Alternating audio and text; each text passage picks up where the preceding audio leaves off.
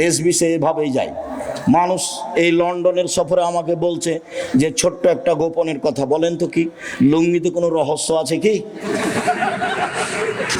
না, কোনো লুঙ্গিতে কোনো রহস্য নেই। তা আপনি লন্ডনে এসেছেন লুঙ্গি পরে, বিমান থেকে নামছেন লুঙ্গি পরে ঘুরছেন, এটা কেমনে মানাই? এটাতে কোনো রহস্য আছে বলে? কোনো রহস্য নেই, আমাকে ভালো লাগে। কোনো পোশাক দিয়ে, কোনো কলা কৌশল দিয়ে আমি সম্মান কিনতে চাইনি। খুব বিশ্বাস কাজ করে, সম্মান উপরে আছে। বিশ্বাস করেন, বুদ্ধি দিয়ে যদি রুজি হতো, আমি আব্দুর রাজ্জাক বিন ইউসুফ তারে রুজি পেতাম না। রুজি বুদ্ধি দিয়ে হয় না, উপরে যেভাবে ফয়সালা করে রেখেছে সেভাবে রুজি হয়, এটা আমি বিশ্বাস করি। কৌশল দিয়ে রাজশাহী ডাঙ্গিপাড়ায় 50 বিঘা জমির উপরে প্রতিষ্ঠান হতে পারে না। মসজিদটা 90% জমির উপরে। ডাঙ্গিপাড়া রাজশাহীর মসজিদটা কত শতকের উপরে? 90%। 3000 মানুষ এক স্তরে একবার সালাত আদায় করতে পারে, তার 4 তলা মসজিদ। বিশ্বাস করেন, কৌশল দিয়ে নয় এগুলো। রূপগঞ্জে, ঢাকায় এত জমি, এগুলো কৌশল দিয়ে নয়। কৌশল দিয়ে নয়, বুদ্ধি দিয়ে নয়, চিন্তা ভাবনা দিয়ে নয়। চিন্তা ভাবনায় তো আমি বুঝতে পারি না। আমি বুঝতে পারি যে আপনি ভুল পথে আছেন, এটা রাসূলের পথ নয়। আমাকে বলছে সুলতানগঞ্জে আমার প্রায় 8 বছর 9 বছরের সিনিয়র, যখন আমরা নাচলে পড়তে গেলাম তখন ওরা পড়া শেষ করলেন। তো বলছে তুমি এইভাবে করো না, তুমি যেভাবে দাওয়াত দিচ্ছ তো তা আল্লাহ তোমার অন্তরে কহর মেরে দিয়েছে। আমাকে বলছে আমার অন্তরে নাকি কহর মেরে দিয়েছে, মানে উনি যেগুলো করতে চাচ্ছেন সেগুলো আমি পছন্দ করছি না, সেই জন্য আমার অন্তরে কি করেছে আল্লাহ কহর মেরে দিয়েছে। তা আমি এখন যদি বলি তো উনি কষ্ট পাবেন। আপনি আমার সামনে পড়েন তো দেখি আরবি। আপনি যে বললেন যে আমার অন্তরে কহর মেরে দিয়েছে, তো আমি আর এটা বললাম না ভাইজান, আল্লাহ যেন কহরটা দূর করে দেয়। মাওলানা আহমদুল্লাহ খুব বড় আলেম, বুখারি পড়া, হয়তো মারা গেছেন। ইন্ডিয়ার মানুষ, চাঁপাইনবাবগঞ্জে বাড়ি ছিল। তো দেখতে গেছি শেষের কালে, তো হচ্ছে আমি আব্দুর রাজ্জাক বিন ইউসুফ আপনাকে দেখতে এসেছি।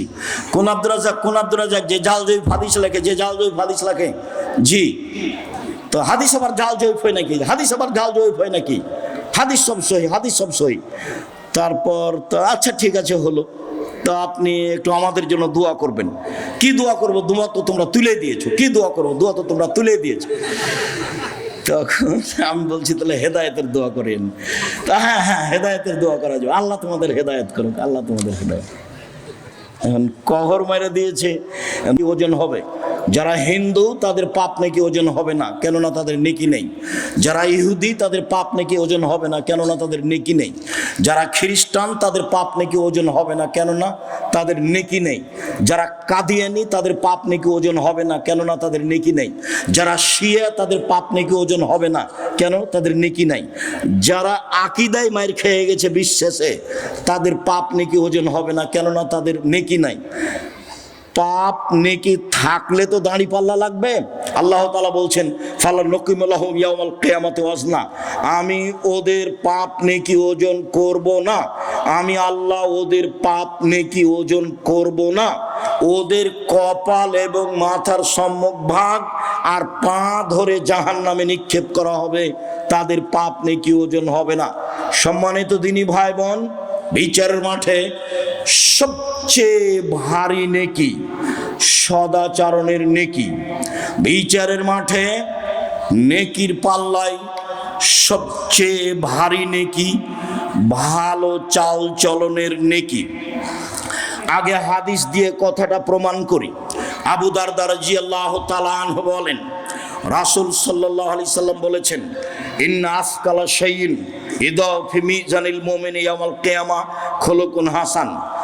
মুমিন পুরুষ নারীর নেকির পাল্লায় সবচেয়ে যেটা ভারী নেকি রাখা হবে, মুমিন পুরুষ নারীর নেকির পাল্লায় সবচেয়ে যেটা ভারী নেকি রাখা হবে, সেটা ভালো চাল চলনের নেকি, ভালো স্বভাবের নেকি, সদাচরণের নেকি। শুনুন, ইবাদতের জগতে সবচেয়ে ব্যতিক্রম ইবাদত হলো সালাত, নামাজ। সালাত এমন একটি ইবাদত যার উপরে নির্ভর করে অন্যান্য ইবাদত। সালাত এমন একটি ইবাদত যার উপরে নির্ভর করে অন্যান্য ইবাদত। পৃথিবীতে ব্যতিক্রম ইবাদত হচ্ছে সালাত। অজু করে সালাত আদায় করতে হয়, পানি নেই, তায়াম্মুম করে করতে হবে। মাটি নেই, অজু ছাড়া তায়াম্মুম ছাড়া সালাত আদায় করতে হবে। সম্মানিত দিনী ভাই বোন, কেবলার দিকে মুখ করে সালাত আদায় করতে হয়। কেবলা বোঝা যায় না, কেবলা ছাড়াই সালাত আদায় করতে হবে। দাঁড়িয়ে সালাত আদায় করতে হয়, দাঁড়িয়ে থাকা যায় না, বসে থেকে করতে হবে। বসে থাকা যায় না, শুয়ে থেকে কেবলার দিকে পা করে সালাত আদায় করতে হবে। পরিষ্কার কাপড় পরে সালাত আদায় করতে হয়, পরিষ্কার নেই, যেই কাপড়ে পেশাব পায়খানা লেগে আছে সেই কাপড়েই সালাত আদায় করতে হবে। পরিষ্কার অপরিষ্কার কোনো কাপড়ই নেই, উলঙ্গ অবস্থায় আছেন, এই অবস্থাতেও সালাত আদায় করতে হবে। পৃথিবীর ব্যতিক্রম ইবাদত। গাড়িতে উঠে আছেন, ঠেল মানে না, শিকল ধরে দাঁড়িয়ে আছেন, সালাতের টাইম হয়ে গেছে, এই অবস্থায় সালাত আদায় করতে হবে। পৃথিবীর ব্যতিক্রম ইবাদত সালাত।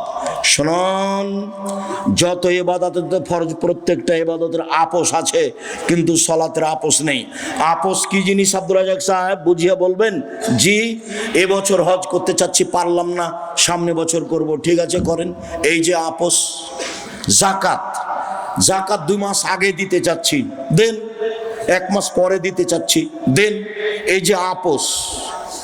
রমজান মাসের রোজা, আজকে শরীরটা ভালো লাগছে না, ছেড়ে দেন, পরে করবেন। এই যে আপোষ, এইরকম আপোষ সালাতের সাথে নেই। যেইভাবে আছেন, যেখানে আছেন, পাক পবিত্র, কোনোটাই বুঝে না। পৃথিবীর ব্যতিক্রম বিরল ইবাদত হলো সালাত, যা কোনোদিন মানুষের সাথে আপোষ করেনি। উলঙ্গ অবস্থাতে ইবাদত করতে হবে, তার নাম সালাত। বলছিলাম, পৃথিবীর ব্যতিক্রম সালাত ইবাদত সালাত। এই সালাতের নেকি যত ভারী, ভালো চাল চলনের নেকি তার চেয়ে 1,00,000 গুণ বেশি ভারী। এই কথা আমি বলিনি, যারা মাদ্রাসা লাইনে পড়ে তারা বোঝে। ইন্না আফকালা শাইইন ইসিম তাফজিল, মানে সবচেয়ে বেশি ভারী। দুনিয়াতে আর একটা নেকি আছে, তাতে বেশি, পাল্লাতে নেকি বেশি হয়, তা হচ্ছে সুবহানাল্লাহি ওয়া বিহামদিহি সুবহানাল্লাহিল আযীম, যার সংখ্যা নেই, যে যা পারে। এতে দাড়ি পাল্লায় নেকি ভারী হবে, এই কথা আল্লাহ রাসূল বলেছেন। তবে সবচেয়ে ভারী নেকি বলেননি। ইবাদতের জগতে সবচেয়ে দামি ইবাদত সিয়াম, ব্যতিক্রম ইবাদত সিয়াম। বৃহস্পতিবার, সোমবার মানুষের সিয়াম থাকা উচিত। এই 2 দিনে মানুষের পাপ নাকি আল্লাহর কাছে পেশ করা হয়। ইবাদতের জগতে সবচেয়ে দামি ইবাদত হলো সিয়াম। রোজা সিয়ামের নেকি যত ভারী, সদাচরণের নেকি তার চেয়ে 1000 গুণ বেশি ভারী। শুনুন, হজ করলে কবুল হলে লোকটা হয়ে যায় সেই দিনের মতো যেদিন তার মা তাকে জন্ম দিয়েছে। হজ করলে কবুল হলে লোকটা হয়ে যায় সেই দিনের মতো যেদিন তার মা তাকে জন্ম দিয়েছে, নিষ্পাপ হয়ে যায়। এই হজের নেকি যত ভারী, সদাচরণের নেকি তার চেয়ে 1,00,000 গুণ বেশি ভারী। কি দিয়ে বুঝায় আপনাকে সদাচরণ কাকে বলে? সদাচরণ ভালো কথা, ভালো কর্ম। ভালো কথা, ভালো কর্মের নাম হলো সদাচরণ। একটু বাস্তব দেখাই। আমি এই অটোতে এখানে উঠে বসে আছি, আপনি গাড়িতে উঠতেই লোকটা টান দিয়েছে, তখন আপনি আমার মুখের উপরে এসে পড়ে গেছেন। ও বুঝতে পারেনি আপনি আমার মুখের উপরে এসে পড়ে গেছেন। তখন আমি বলছি বসেন বসেন, কোনো সমস্যা নেই, বসেন বসেন। আর আরেকটা লোক অটোতে বসে আছে, আপনি গিয়ে অটোতে উঠেছেন, উঠতে বসতে না বসতে লোকটা টান দিয়েছে, তেমনি আপনি তার মুখের উপরে পড়ে গেছেন। তখন বসে থাকা লোকটা বলছে চোখ নাই কপালে, কপালে চোখ নাই, হিসাব করে বসতে পারেন না, হিসাব করে উঠতে পারেন না।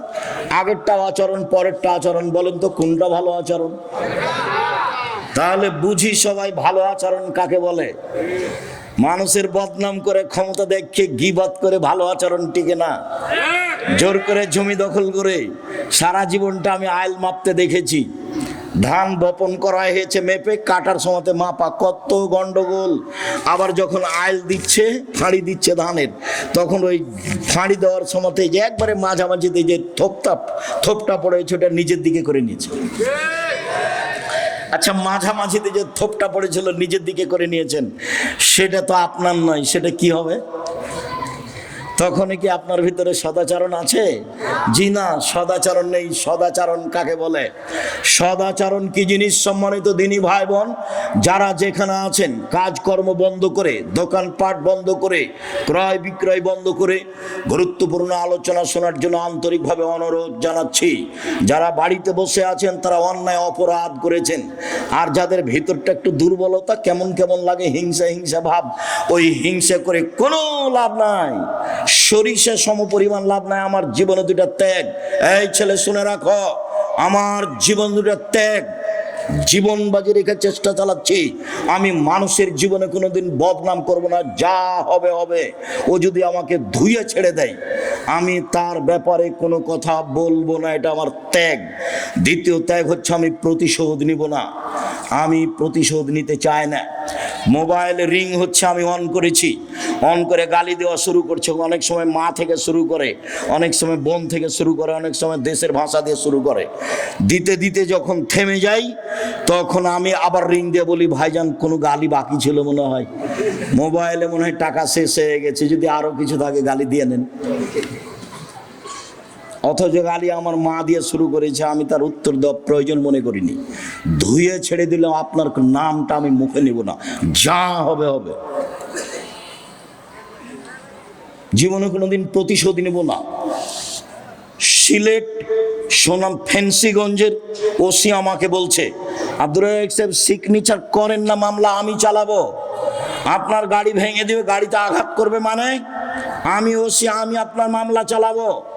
আমি বলছি, ওসি সাহেব, আমি মানুষের বিরুদ্ধে মামলা করি না, আমি মামলা করব না। আমি যদি মামলা করি তাহলে আমার মামলা ছোট হয়ে যাবে মানুষের। ও বিচার করতে পারে না?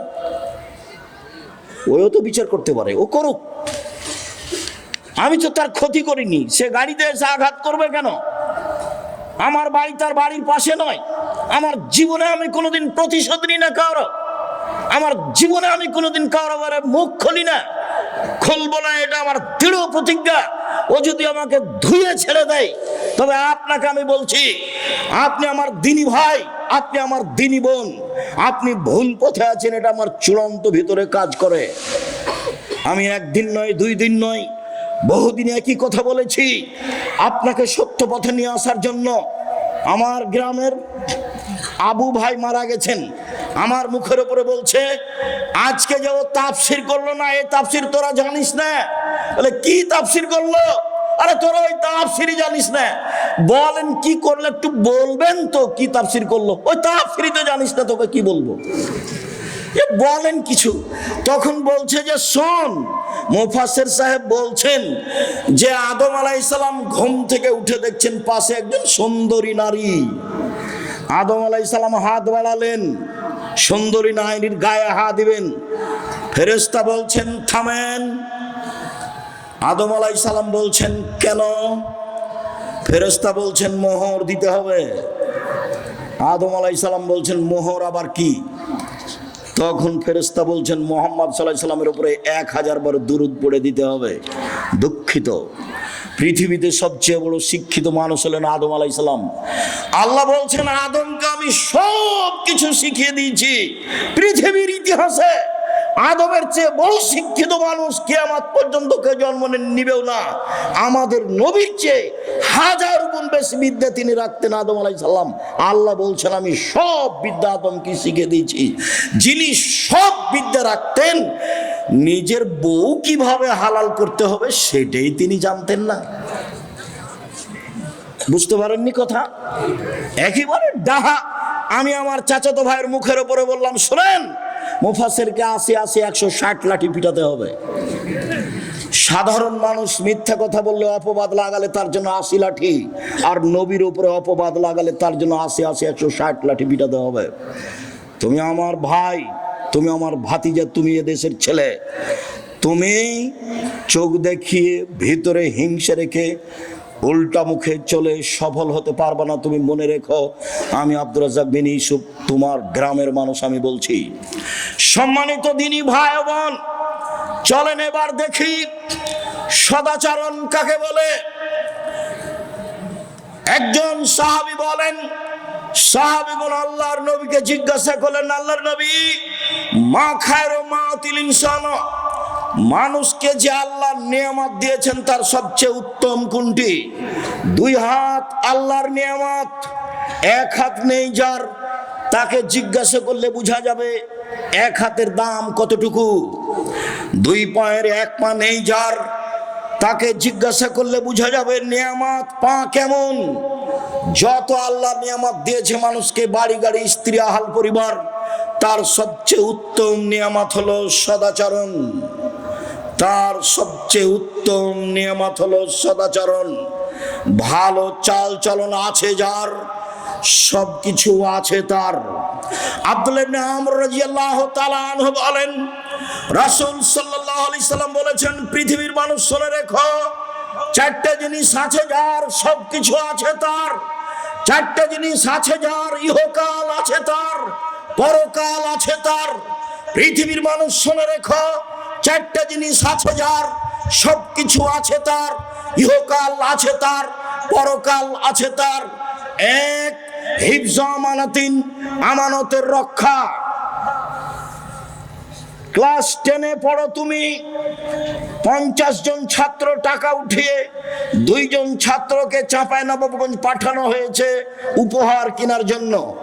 উপহারের দাম ছিল 500 টাকা। ওরা 100 টাকার নাস্তা করেছে। নাস্তা করে ওই 100 টাকায় 500-র মধ্যে লাগিয়ে দিয়ে ওই জিনিসগুলির দাম 600 টাকা করেছে। বলেন তো তার কাছে কি আমানত রক্ষা পেয়েছে? আমানত নেই যার, কোনো কিছু নেই তার। দুই, হুসন খালিকাতিন, ভালো চাল চলন যার, ইহকাল তার। ভালো আচরণ যার, পরকাল তার।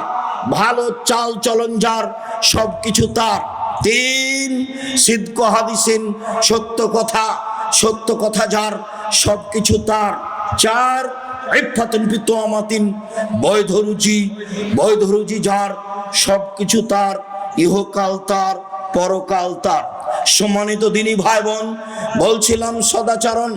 নওয়াস ইবনে সামান রাদিয়াল্লাহু তাআলা আনহু বলেন, একদা আমি আল্লাহ রাসূলকে জিজ্ঞাসা করলাম, আল্লাহর নবী, মাল বিররু আল ইসম, পাপ কাকে বলে, নেকি কাকে বলে একটু বলেন। আল্লাহর নবী বলেন, তো পাপ কাকে বলে, নেকি কাকে বলে? আপনি একটু ভালো করে বুঝেন।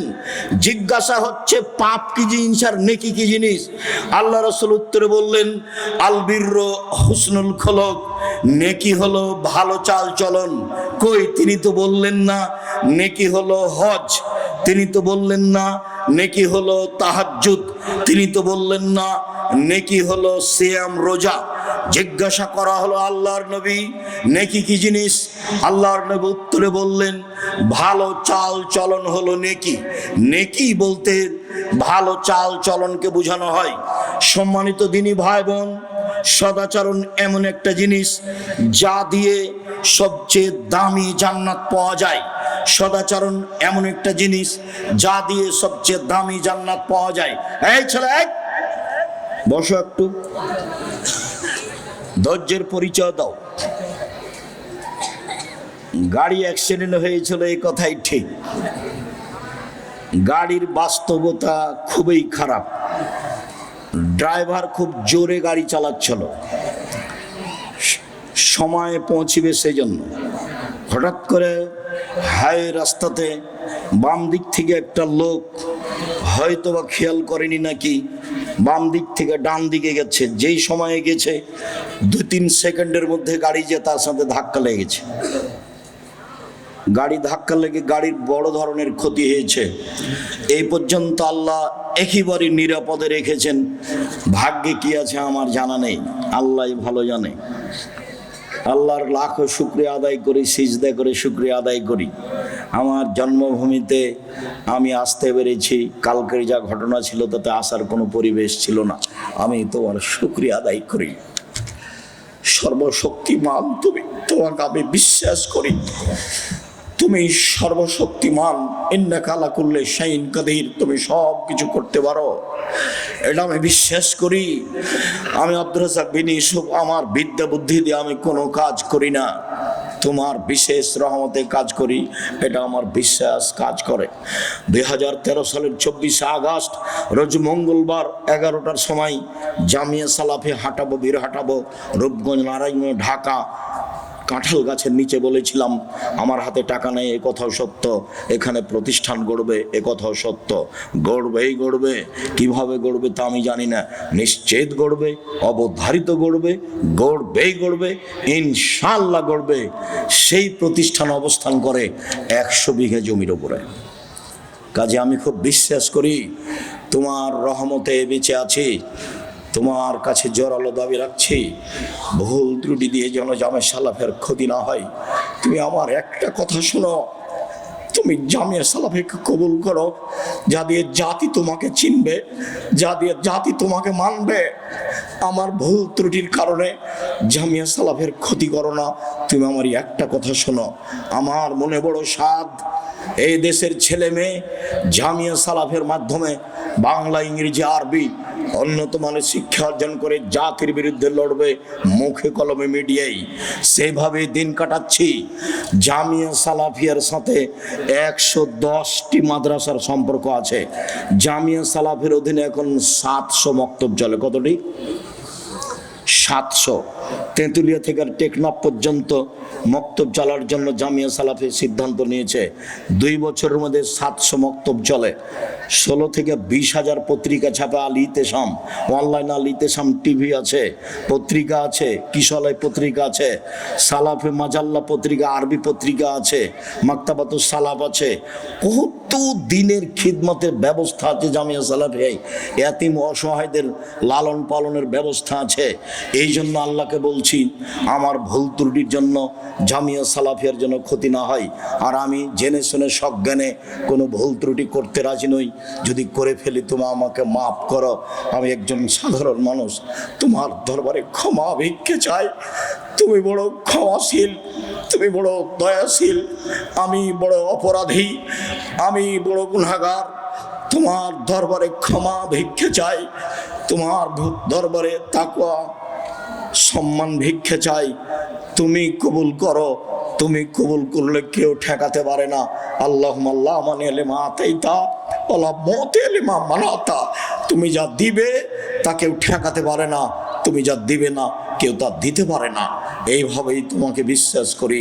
তোমার নবী মুহাম্মদ সাল্লাল্লাহু আলাইহি সাল্লাম যেভাবে বলেছেন, সম্মানিত দিনী ভাই বোন, সদাচরণে সবচেয়ে দামি জান্নাত পাওয়া যায়। আবু মুসা আশআরী রাদিয়াল্লাহু তাআলা আনহু বলেন, একদা আল্লাহর নবী বললেন, ইন্না ফিল জান্নাতি লা গুরাব, জান্নাতে কতগুলি ঘর রয়েছে, এত উন্নত মানের ঘর যার বাহির থেকে ভিতর দেখা যায় পদার্থ দিয়ে তৈরি। সাহাবীগণ বলছেন, আল্লাহর নবী, লেমান হাজেহি, এত দামি ঘর কে পাবে?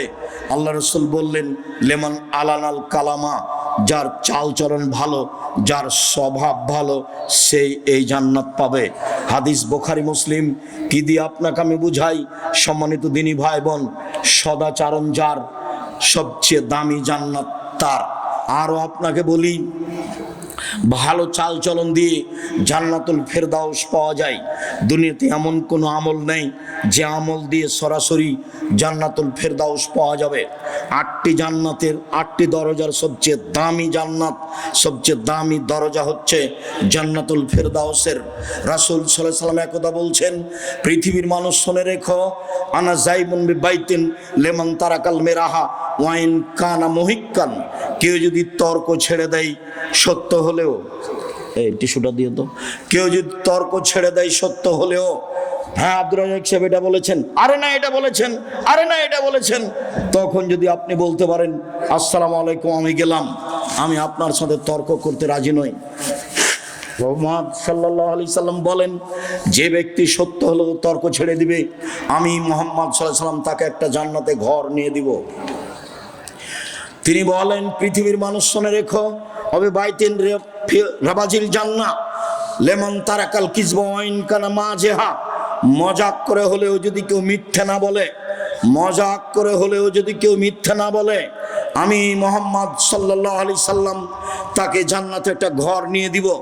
তিনি বললেন, পৃথিবীর মানুষ শুনে রেখো, ও আলাল জান্নাহ লিমান হাসানা খুলুকাহু, যে তার চাল চলনকে ভালো করলো, যার স্বভাব ভালো, যার সদাচরণ রয়েছে, আমি মুহাম্মদ সাল্লাল্লাহু আলাইহি সাল্লাম তাকে জান্নাতুল ফেরদাউস নিয়ে দিব। সম্মানিত দিনী ভাই বোন, জান্নাতুল ফেরদাউস পাওয়া যাবে এমন কোনো আমল দুনিয়াতে নেই। তা সালাত হোক, তা হজ হোক, তা যাকাত হোক, তা তাহাজ্জুদ হোক, তা তাসবিহ তাহলিল জিকির আজকার হোক, এমন কোনো ইবাদত নেই যার বিনিময়ে সরাসরি জান্নাতুল ফেরদাউস পাওয়া যেতে পারে। একটাই ইবাদত, তা হচ্ছে সদাচরণ। সদাচরণ দিয়ে আপনি জান্নাতুল ফেরদাউস পাবেন। আবু হুরায়রা রাদিয়াল্লাহু তাআলা আনহু বলেন, রাসূল সাল্লাল্লাহু আলাইহি সাল্লাম বলেছেন, পৃথিবীর মানুষ শুনে রেখো, জান্নাতুল ফেরদাউস সদাচরণ দিয়ে বড় বড় দুইটি নেকি একসাথে হয়। পৃথিবীর মানুষ শুনে রেখো, সদাচরণ দিয়ে বড় বড় দুইটি নেকি একসাথে হয়। এক, নিয়মিত তাহাজ্জুদ পড়লে যত নেকি হয়, সদাচরণ দিয়ে তত নেকি হয়। দুই, নিয়মিত নফল সিয়াম রোজা থেকে যত নেকি হয়, সদাচরণ দিয়ে তত নেকি হয়। প্রত্যেক দিন নিয়মিত রাতে তাহাজ্জুদ পড়েন, এই তাহাজ্জুদ দিয়ে যত নেকি, ভালো চাল চলনে তত নেকি।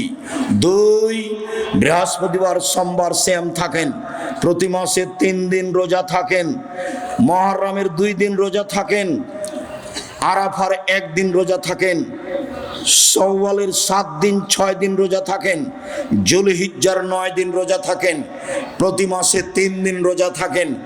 এত রোজা থেকে যত নেকি হয়, সদাচরণে তত নেকি হয়। একসাথে দুইটি আমলের নেকি সদাচরণে হয়। দুই, রাসূল সাল্লাল্লাহু আলাইহি সাল্লাম বলেন, সদাচরণ দিয়ে একসাথে 3টি আমলের নেকি হয়। এক, আল্লাহর পথে জিহাদ করে যত নেকি হয়। দুই, তাহাজ্জুদ পড়ে যত নেকি হয়। তিন, নিয়মিত সিয়াম থেকে যত নেকি হয়। 3টে আমলে যত নেকি হয়, সদাচরণে তত নেকি হয়। কি দিয়ে বুঝায় আপনাকে আমি সদাচরণ কাকে বলে? রাসূল সাল্লাল্লাহু আলাইহি সাল্লাম বলেন, আল্লাহ তাআলা সদাচরণকে বলেন সামনে রেখে, এই সদাচরণ, আল্লাহ বলছেন, এই সদাচরণ শোনো, আমি আল্লাহ বলছি, মান ওয়াসালাকে ওয়াসালতুহু, তোমাকে যে নিবে আমি আল্লাহ তাকে নিব, তোমাকে যে ছেড়ে দিবে আমি আল্লাহ তাকে ছেড়ে দিব। যার সদাচরণ নেই তার আল্লাহ নেই, যার ভালো চাল চলন নেই তার আল্লাহ নেই। আয়েশা রাদিয়াল্লাহু তাআলা আনহা বলেন, রাসূল সাল্লাল্লাহু আলাইহি সাল্লাম বলেছেন, সদাচরণ আল্লাহর আরশ ধরে এইভাবে ঝুলন্ত আছে। সদাচরণ আল্লাহর আরশ ধরে এইভাবে ঝুলন্ত অবস্থায় বলে। সদাচরণ নিজে বলছেন, সদাচরণ কথা বলতে পারে। আমি সদাচরণ বলছি, মান ওয়াসালানি ওয়াসালাহুল্লাহ, আমাকে যে নিবে আল্লাহ তাকে নিবেন। ওমান কাতানি কাতাহুল্লাহ, আমি সদাচরণ, আমাকে যে ছেড়ে দিবে আল্লাহ তাকে ছেড়ে দিবেন। সম্মানিত দিনী ভাই বোন, রাসূল সাল্লাল্লাহু আলাইহি সাল্লাম বলেন, আল মুমিন কাল বুনিয়ান ইয়াসুদ্দু বাযুহু বাযান, সারা পৃথিবীর মুমিন পুরুষ নারী প্রাসাদের মতো। দেখেন আল্লাহ রাসূল দেখাচ্ছেন, এই যে আঙ্গুলগুলি আঙ্গুলের ভিতরে ঢুকলো, এইভাবে নির্বাচনে এক ভাই আওয়ামী লীগ আর এক ভাই বিএনপি বা অন্য দলের যদি বুঝতে পারে যে বিপদে পড়েছে, তাহলে বলে ঠিক হয়েছে, ঠিক হয়েছে, উচিত হয়েছে, স্বভাব যেমন তেমন ঠিকই হয়েছে। সেদিন ঝগড়ায়, আমাদের গ্রামের অনেক দিন আগের ঘটনা, 2 ভাই ঝগড়া লেগেছে। ঝগড়া লেগে এক ভাই বলছে, শোন রে, আমি তো বোরিং চলে যাব, আমার ভাগটা এমন একজনের কাছে দিয়ে যাব যে তোকে গুতাতে পারে। সদাচরণ কবে বিদায় নিয়েছে? আমাদের গ্রাম ঘরের মহিলারা যখন ঝগড়া লেগে যায়, তখন একবারে বস্তির ভাষায়, সবচেয়ে নিম্ন ভাষায় ঝগড়া করে। ঝগড়া যখন শেষ হয়ে যায়, তখন মহিলাটা বলে, দেখ, জানটা একবারে মনের স্বাদ মিটিয়ে বলেছি, মনের স্বাদ মিটিয়ে বলেছি। তখন তার কাছে সদাচরণ আছে? ওই তাহাজ্জুদ দিয়ে লাভ হবে না, ওই হজ দিয়ে লাভ হবে না। ঢং ঢং করে গ্রামে ঘুরে বেড়িয়ে মানুষের সাথে ঝগড়াঝাটি করে সদাচরণ নিজে থেকে বিদায় করে দিয়ে জান্নাত পাওয়া সহজ নয়। সম্মানিত দিনী ভাই বোন, রাসূল সাল্লাল্লাহু আলাইহি সাল্লাম বলেন, আল মুমিনুনা কারাজুলিন ওয়াহিদ, সারা পৃথিবীর মানুষ একজন, সারা পৃথিবীর মানুষ একজন। ইনিস্তাকরা আসহু ইস্তাকা কুল্লহু। মাথায় ব্যথা হলে সম্পূর্ণ শরীরে ব্যথা বুঝতে পারে, চোখে ব্যথা হলে সম্পূর্ণ শরীরে ব্যথা বুঝতে পারে। আমি বিপদে পড়েছি, আপনিও বিপদে পড়বেন, আমার পাশে এসে বলবেন কি হয়েছে, ডাক্তার লাগবে, অ্যাম্বুলেন্স লাগবে, অটো নিয়ে আসবো, এরই নাম হলো সদাচরণ। আপনি যদি বলেন ঠিক হয়েছে, আবার যদি খুশি হয়ে গরু জবাই করেন, তাহলে তো আরো উল্টা কথা হয়ে গেল। আমার চোখের সামনে একজন পরাজয় হয়েছে, তার একজন গরু জবাই করলো, এটা আমার চোখের সামনের ঘটনা। কবে সদাচরণ বিদায় নিয়েছে? দলীয় দাপটে ক্ষমতা দেখিয়ে, জুলুমবাজি করে, অন্যায় অবিরাজ করে, লুটতরাজ করে, রাহাজানি করে, মানুষকে অপমান করে, মানুষকে জেল হাজতে দিয়ে তাহাজ্জুদ পড়ে কোনো লাভ নেই। সম্মানিত দিনী ভাই বোন, আলোচনা লম্বা ছিল, আজকের জন্য এই পর্যন্ত বলে বলছি, সম্মানিত দিনী ভাই বোন, আপনি দাপট দেখিয়ে মানুষকে অপমান করে, মানুষকে খাটো করে তাহাজ্জুদ পড়ে জান্নাত কিনার হিসাব করিয়েন না। এই ছেলে শোনো, তোমাকে বলছি, আজকে সিদ্ধান্ত নাও, কোনোদিন প্রতিশোধ নেব না কারো, যা হবে হবে। কোনোদিন কারো বদনাম করবো না, যা হবে হবে। একটু সিদ্ধান্ত নেও না। আমাকে জিজ্ঞাসা করো, আমি তো বেঁচে আছি। বিশ্বাস করো, আমি কোনোদিন কারো ব্যাপারে কোনো কথা বলি না। আমি তো বেঁচে আছি, কোনো সমস্যা আমি বুঝতে পারি না। বরং মনে হচ্ছে যে খুব ভালো পথে আছি এবং ভালো অবস্থায় আছি। সম্মানিত দিনী ভাই বোন, সকল দিনী ভাই বোনকে সদাচরণের উপরে বিস্তারিত আলোচনা টিভি হাতে থেকে, ইউটিউব থেকে নিয়ে দেখার জন্য অনুরোধ জানিয়ে, যেসব বই পুস্তকগুলি আমাদের আছে সেগুলি সংগ্রহ করার অনুরোধ জানাচ্ছি।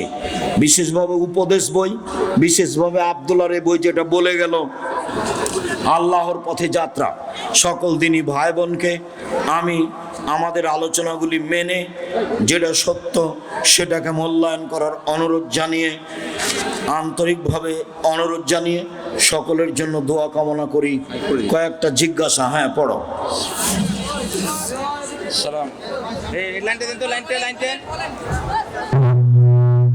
কয়েকটা জিজ্ঞাসা।